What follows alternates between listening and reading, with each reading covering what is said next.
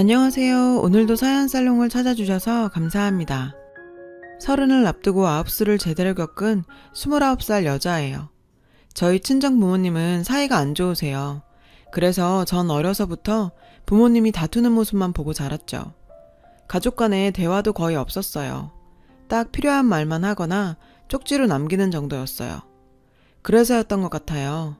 하루빨리 이 집에서 나가고 싶다는 생각을 했던 건. 그래서 앞뒤 안 재고 남친과의 결혼을 서둘렀는지도 몰라요. 남친과 저는 예비 시어머니를 통해 만났어요. 인생의 유일한 낙이 여행이라는 어머님은 세계 여러 도시를 돌며 한 달 살기 중이셨어요. 본격적인 블로거까진 아니지만 각 도시에서 찍은 사진과 간단한 날짜기 정도를 개인 블로그에 올리기도 하시고요. 50 넘은 나이에도 젊은 사람들 못지않게 영어도 잘하시고 체력도 상당히 좋으세요. 장기 여행에도 끄덕 없을 정도로요. 남친은 자기 어머니 블로그에 종종 댓글을 남기곤 했어요. 말투가 어찌나 상냥하고 다정하던지 이런 남자랑 결혼하면 화목한 가정을 꾸릴 수 있겠다는 생각이 절로 들 정도였죠. 게다가 프로필 사진은 연예인 뺨칠 정도였어요. 한눈에 반할 정도로요. 작년부터 계획했던 다낭 여행을 친구들과 휴가 날짜가 갈리는 바람에 깨지면서 저 혼자 떠나게 됐어요. 호텔에서 나와 블로그에서 본 맛집을 찾아다니던 중이었죠. 허름한 로컬 쌀국수집 앞을 지나려는데 마치 연예인처럼 세련된 중년 여성이 혼자 앉아서 쌀국수를 먹고 있더라고요. 어찌나 쌀국수를 맛있게 드시던지 전 맛집은 포기하고 옆 테이블에 자리를 잡고 앉았죠. 한국분이세요? 어머님이 먼저 말을 걸어주셨어요. 그렇다고 했더니 여기 양지머리가 들어간 쌀국수가 특히 맛있다며 그걸 먹어보라더군요. 제가 어떻게 주문해야 할지 몰라서 우물쭈물하니 능숙하게 주문도 대신 해주셨죠. 그게 계기가 돼서 한 테이블에 앉아 쌀국수를 먹으며 이런저런 얘기를 했어요. 알고 보니 여행을 참 많이 다니셨더라고요. 내일은 어디 갈 거냐고 물으시길래 바나일에 가보고 싶은데 혼자 가기 좀 그래서 갈등 중이라고 했어요. 어머님은 무척 반가워하면서 괜찮으면 내일 바나일에 같이 가자고 했어요. 전 당연히 좋다고 했죠. 다낭 시내에서 바나일까지 갔다 오려면 왕복 택시비만 해도 꽤 나오거든요. 택시비도 아낄 수 있고 무엇보다 영어도 잘하시고 베트남 사정에 훤하셔서 고생 안 하고 다닐 수 있으니 일거양득이었죠. 다음날 바나일 투어를 시작으로 다낭에서 지내는 기간 내내 전 어머님과 함께 다녔어요.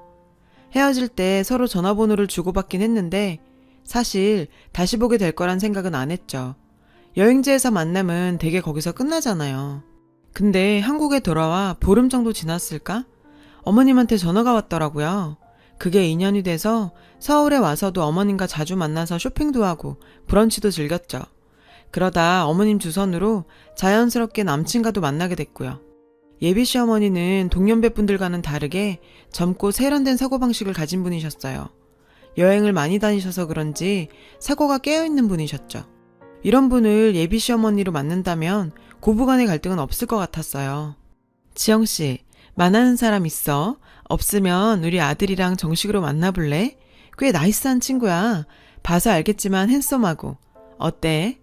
어머님은 제가 마음에 드셨는지 그이와 만나보라고 중간에서 다리를 놔주셨어요. 나중에 알고 보니 남친한테도 저한테 했던 것처럼 절 만나보라고 권했다더군요. 이때부터 어머님은 계획이 있었던 거예요. 그렇게 어머님 소개로 소개팅을 하게 된 남친과 전 얼마 뒤 본격적으로 교제를 시작했어요. 당시 남친은 대기업에 다니고 있었는데 저희 부모님은 그 얘기를 듣고 무척 좋아하셨죠. 인물도 좋고 사람도 진중하고 직장까지 번듯하니 사윗감으로 더 바랄 게 없다고요. 남친은 누가 봐도 탐나는 사람이었으니까요. 그렇게 1년쯤 연애를 하고 저희 집 쪽에선 슬슬 결혼 얘기가 나오기 시작했어요. 그런데 웬일인지 남친은 자꾸 결혼 얘기를 피하더라고요. 전 솔직히 걱정이 됐어요. 나이는 30을 향해 가지 주위 친구들은 하나 둘 결혼을 하지. 이러다 나만 나이 먹도록 혼자 남는 게 아닐까 걱정이 됐죠. 그래서 남친한테 먼저 결혼 얘기를 꺼냈어요. 나 내년이면 30이야. 언제까지고 기다릴 순 없어. 결정해. 나랑 결혼할 생각이 있으면 계속 만나고 없으면 여기서 끝내자.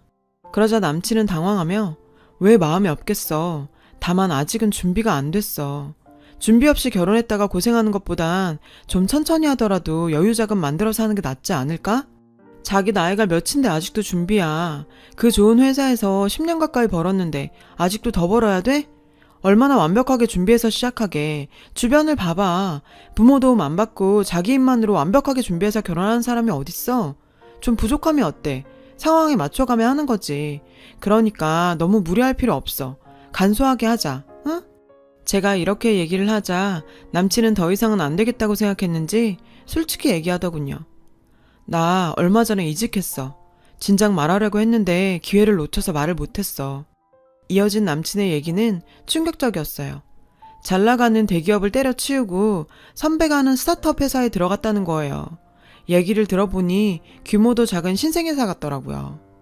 자기야, 도대체 왜? 아니, 그것보다 어머님도 아셔? 응. 뭐? 아신다고? 근데 왜 나한텐 아무 말씀 없으셨지? 어제까지도 만나서 브런치 먹었는데? 솔직히 조금 서운했어요. 자다가 모기에 몇 방 물렸는지 어제 뭘 먹었는지 사소한 일까지 다 저한테 얘기하시는 분이 정작 중요한 아들 일만 얘기 안 하셨다는 게 왠지 좀 그랬어요. 전 남친의 새 직장이 궁금하기도 하고 회사 규모가 어느 정도인지 알아보기 위해 야식을 준비했다는 핑계로 회사 근처에 가서 남친을 불렀어요. 직원이 얼마나 되는지 몰라 샌드위치와 음료는 10개씩 준비했죠. 그랬더니 이걸 누가 다 먹어? 이러더라고요. 그래서 어떻게 자기 먹을 것만 사오냐? 다들 같이 먹으라고 산 거야. 남친은 당황한 기색이 역력했어요. 다 퇴근했지. 선배랑 나 둘뿐이야. 그리곤 제가 사무실 구경 좀 하겠다는 걸 극구 말리며 기어코 돌려보냈어요. 이렇게 나오니까 점점 더 의심스러웠어요. 하는 수 없이 집에 돌아와 어머님께 전화를 했어요. 그리곤 남친 이직에 대해 물었어요. 너 걱정할까봐 상준이가 말하지 말라 그랬어. 걔가 원래 독립심도 강하고 책임감도 강한 애잖니. 너 걱정할까봐 그런 거지. 말 안 해서 속상했니? 그런 건 아니지만 근데요 어머니, 선배 회사 규모가 어느 정도인지 아세요? 신생회사란 거 말곤 상준 씨가 도통 얘기를 안 해서요. 나도 잘 모르겠네. 근데 지영아, 너 발리 안 갈래? 이번에 발리 가서 한 달 살기 하려고 그러는데 그 전에 답사 좀 가보려고 말이야. 발리요? 아, 근데 어쩌죠? 저 휴가를 다 써서 힘들 것 같은데요. 한 2박 3일도 안 돼? 네, 죄송해요. 예비 시어머님은 아들 회사 일보다 본인 여행이 더 중요하신 것 같았어요. 아무리 여행을 좋아하신다지만 그래도 자기 아들 일인데 어떻게 저렇게 천하태평인 건지. 제가 서운해하는 걸 눈치채셨는지 어머님께선 절 안심시키려 노력하셨어요. 걱정 마. 그 선배 나도 잘 알아. 대학 때 집에 종종 놀러 왔었거든. 이번에 회사 차린 거 그거 모르긴 해도 몇 년 뒤면 엄청 커 있을걸. 상준이가 어떤 앤데 대기업까지 버리고 따라갔겠니.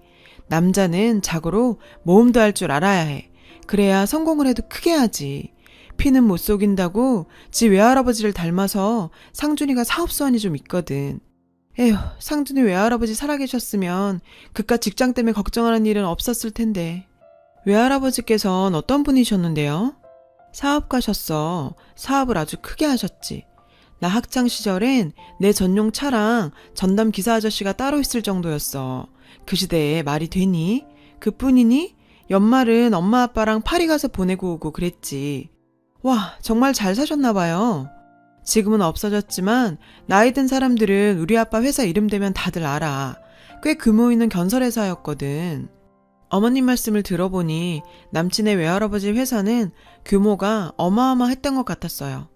하지만 어머님이 미국에서 고등학교를 다니고 있을 때 부모님 두 분이 함께 교통사고로 세상을 떠나셨고 그때부터 이모 집에서 함께 살게 됐지만 도박에 빠져있던 이모부가 어머님 몫의 유산까지 건드리는 바람에 하루아침에 갈 곳 없는 신세가 되셨다고 하더라고요. 그때 아는 사람이라곤 당시 어머님의 과외 선생이었던 상준 씨 아버님 뿐이었대요. 염치불구하고 과외 선생님 자취방에 들어가 지내다가 상준 씨를 갖게 됐고 혼인신고를 하고 살았다고요. 하지만 상준 씨가 초등학교에 들어가던 해에 두 분을 이혼을 하셨고 그때부터 어머님 혼자 아들을 키우면서 사셨대요. 아버님은 연락 안 되세요? 죽었는지 살았는지 알고 싶지도 않아. 어머님께 들은 아버님 얘기는 그게 다였어요. 얼마 뒤 늦은 밤 남친한테서 전화가 왔어요. 혹시 현금 좀 가진 거 있냐고 묻더라고요. 찾아놓은 돈은 없고 캐시카드에 들어있다고 했죠. 그랬더니 그럼 지금 갈 테니 카드 들고 나오라는 거예요. 그럴 거 뭐 있어. 계좌번호 불러. 이체해줄게. 순간 남친이 그러는 거예요. 아직 안전한 통장을 못 만들었어. 그냥 내가 지금 그리로 갈게. 당시 전 안전한 통장이 뭔지 몰랐어요. 나중에 알았지만 그때 이미 남친은 신용불량자가 된 상태였던 거예요. 그리고 며칠 뒤 퇴근 후 집으로 돌아오는데 자꾸 누가 쫓아오는 기분이 들더라고요. 그 후로도 며칠 내내 그랬어요. 그러던 어느 날이었죠. 회사 로비로 처음 보는 여자가 절 찾아왔더라고요. 저한테 확인할 게 있다고 했어요. 이상준 씨 아시죠? 둘이 어떤 사이예요? 그건 왜 묻죠? 그보다 누구세요? 자신은 상준 씨 전 여자친구라고 했어요. 얼마 전 연락 없이 상준 씨 사무실에 갔다가 저랑 둘이 만나는 걸 봤다는 거예요. 그래서 절 미행했대요. 미행하면서 보니까 제가 당했던 것과 비슷한 일을 겪고 있는 것 같아서요. 그쪽도 저처럼 사기당하고 있는 것 같아요. 그 모자한테. 믿을 수가 없었죠. 사기라뇨? 그게 무슨 소리예요? 사기를 당했다면 제가 상대한테 돈이든 물품이든 손해를 입었어야 하는데 전 그런 게 없어요. 아니, 내가 이런 얘기를 왜 듣고 있어야 해? 그쪽이랑 더 얘기하고 싶지 않으니까 가세요. 또 찾아오면 경찰 부르겠어요. 전 자리를 박차고 나왔어요. 그리고 남친한테 전화를 걸었죠. 걔가 자기 회사까지 찾아갔어? 아, 미쳐. 걔 스토커야. 완전 또라이라고. 전에도 내가 사귀는 여자들 찾아다니면서 그런 식으로 내 여친들 떼어냈다고. 아, 접근 금지 명령 나와서 안심하고 있었는데 걔가 널 괴롭힐 줄 몰랐다. 다음에 걔 또 거기 가면 절대 만나주지 마. 알았지? 뭔가 심상치 않은 일이 일어나고 있다는 걸 눈치챈 건 얼마 뒤였어요. 예비 시어머님이 좋아하시는 치즈케이크를 사들고 집으로 향했어요. 현관을 막 들어서는데 안방에서 어머님과 남친 싸우는 소리가 들리더라고요. 도대체 이 돈 다 어디다 썼어요? 설마 그놈이 한 달 살게 하는데 쓴 건 아니죠? 말해봐요. 그럼 어떡해. 한국에 있으면 답답해 죽을 것 같은데 역마살이 돌아 그런가 안 나가고 있으면 온몸이 다 아프단 말이야. 엄마, 지금 내 상황이 어떤지 몰라요? 내가 왜 잘 다니던 회사 때려치고 그지 같은 데 가서 있는지 몰라 그래요? 엄마 사채 빚 갚느라 퇴직금 뺏쓰고 이젠 신용불량자까지 됐다고요. 온전한 직장엔 들어가지도 못한다고요. 지영이는 결혼하자고 난리지. 난 당장 먹고 죽을 돈도 없는데 엄만 여행 가는 거 돈 달라지. 도대체 나보고 어쩌라는 건데요. 나보고 어쩌라고. 맙소사. 그제야 모든 게 이해가 됐어요. 퇴사를 당했던 이유도 안전한 통장이 없다는 말의 의미도 당장 결혼을 할 수 없다는 이유도 말이죠. 전 그 길로 돌아서 나왔어요. 충격을 받은 탓도 있지만 그보다 제가 이 사실을 다 안다는 걸 상준 씨가 몰랐으면 해서요. 알면 분명히 상처받을 테니까요. 며칠 뒤 어머님께서 저에게 전화를 하셨어요. 근처 카페인데 잠깐 얼굴 좀 보자셨죠. 예, 지영아, 여기야. 어머님은 절 보자마자 대뜸 여행 얘기를 꺼내셨어요. 지영아, 너 나랑 조지아 안 갈래? 조지아요? 응, 이번에 거기서 한 달 살게 할 건데 너도 같이 가자. 응? 어머님, 제가 어떻게 거길 가요? 회사는 어쩌고요? 안 되니? 그럼 지영아, 너 혹시 돈 좀 있니? 내가 통장에 돈을 이체해두긴 했는데 수표라 바로 못 빼네.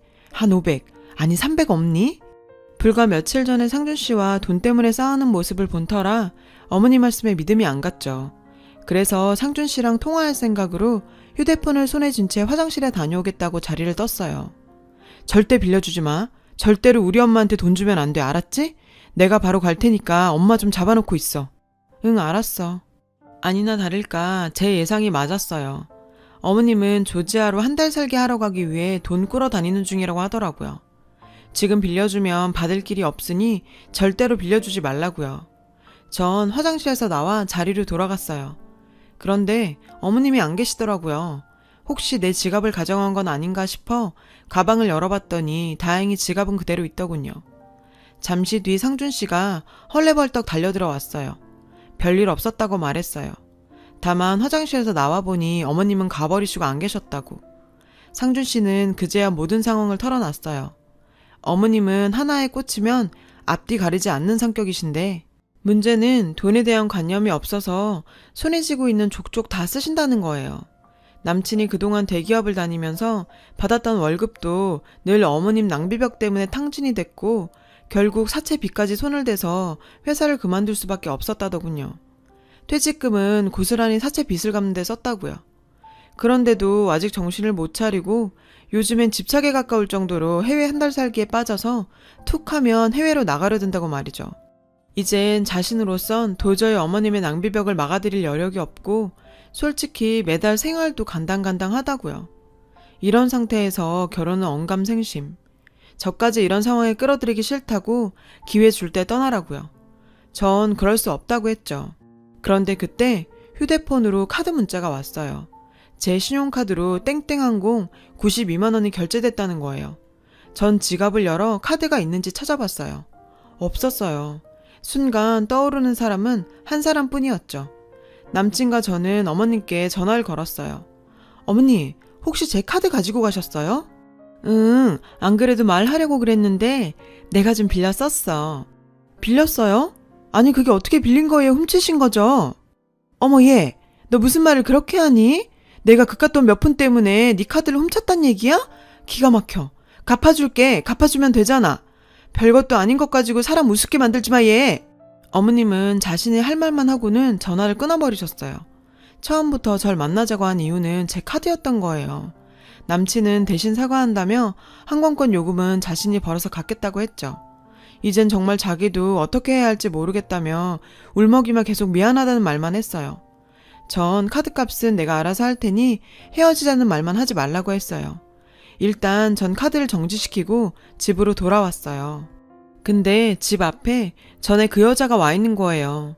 그녀는 몇 장의 사진과 녹취 파일을 들려줬어요. 그 내용은 충격적이었죠. 그동안 이 모자한테 소송을 하려고 알아보고 있었어요. 저도 다른 분도 당신처럼 상준 씨를 믿었어요. 그 불쌍한 남자가 엄마 때문에 고통받는데 나까지 그 사람을 괴롭힐 순 없다고요. 당신도 지금 그런 생각일 거예요. 저는 정말 인정하는데 오래 걸렸지만 당신 앞엔 이렇게 증거가 있잖아요. 어떻게 하실래요? 저랑 같이 소송하실래요? 저 역시 인정하고 싶지 않았고 불편한 진실 앞에 눈을 감고 싶었어요. 그래도 정신을 차려보려고 노력했어요. 일단 경찰에 신고를 했죠. 그리고 며칠 후 경찰서에서 전화가 왔어요. 경찰에 들어서니 한껏 차려입은 어머님과 상준 씨가 보였어요. 어머님은 절 보자 다짜고짜 소리를 쳤죠. 야, 네가 나 절도로 신고했다며. 너 이러고도 내 아들이랑 결혼할 수 있을 것 같아? 그깟 항공권이 얼마나 한다고 이딴 걸로 사람을 우습게 만들어. 그래 자기야, 절도죄는 좀 심하다. 내가 갚아준다고 했잖아. 그니까 그건 좀 풀어주라. 응? 아, 이 모자가 끝까지 쌍으로 절 희롱하네요. 전 아까 여자한테 받았던 녹취 파일을 틀어줬어요. 그 안에는 두 사람이 공모하는 대화가 담겨 있었죠. 엄마는 카드를 빼서 항공권을 사고 아들은 눈물에 호소를 해서 제가 신고를 못하게 막고, 게다가 엄마, 얜 생각보다 돈이 안 되겠어. 갈아타야겠는데? 그리고 소송한다고 난리치는 그 미친 애가 벌써 얘한테 떠벌렸나 봐. 며칠 내로 손절해야겠어. 잘 들었지? 그 애미의 그 자식이라고 어쩜 이렇게 죽이 잘 맞니? 내가 니들 카드 절도죄로만 신고한 거 같니? 니들이 지은 죄가 그뿐이야? 나 니들 사기죄로 고소했어. 모자 사기꾼 맞잖아? 아씨 이게 어디서. 아 그래 뭐 다 아는 거 같으니까 인정은 해줄게. 근데 솔직히 너도 즐겼잖아. 놀이동산에 들어갈 때도 최소한 입장료는 내는데 나 같은 훈남이 공주 떠받들듯 해줬으면 너도 뭔가 해야 되는 거 아니야? 입장료 냈다고 생각해. 그걸로 퉁치자. 누구 맘대로? 어따 대고 퉁을 치지? 네가 나한테 돈만 가져갔니? 어떻게 사람 마음을 그렇게 농락해? 너한테 사기당한 여자들 네가 사기꾼인 거 몰라서 소송 안 했던 거 아니야. 네 인생이 그게 불쌍해서 그런 거지. 오죽하면 저러고 살까? 네 인생이 불쌍해서 봐준 거라고. 근데 뭐가 어쩌고 어째? 퉁을 쳐? 너 정말 최악이다. 야! 돈 떼먹었으면 돈만 찾아가. 네가 뭔데 내 아들한테 훈계질이야? 건방지게. 그러게 아들은 멀쩡히 살게 두지 그랬어요. 어떻게 엄마가 돼선 자식까지 저렇게 만들어요? 창피한 줄 아세요. 구질구질하게 살 거면 당신이나 그렇게 살 일이지. 앵벌이 시키는 것도 아니고 아들 몸뚱아리 팔아서 구질구질하게 남의 돈으로 여행 가면 좋아요? 그러고도 당신이 엄마야? 돈 없으면 없는 대로 살지. 그렇게까지 하면서 살고 싶냐고. 해외 한 달 살기? 놀고 있네. 남의 피 같은 돈으로 해외여행 갈 생각 말고 일해서 먹고 살 걱정이나 하세요. 블로거 거지가 아니라 아주만 여행 거지야. 집이 좀 사셨다고요? 남편이 과외 선생이었다고요? 그런 창작 실력으로 시나리오나 쓰지 그랬어요? 그랬으면 아들이랑 쌍으로 쇠고랑 차는 일은 없었을 텐데.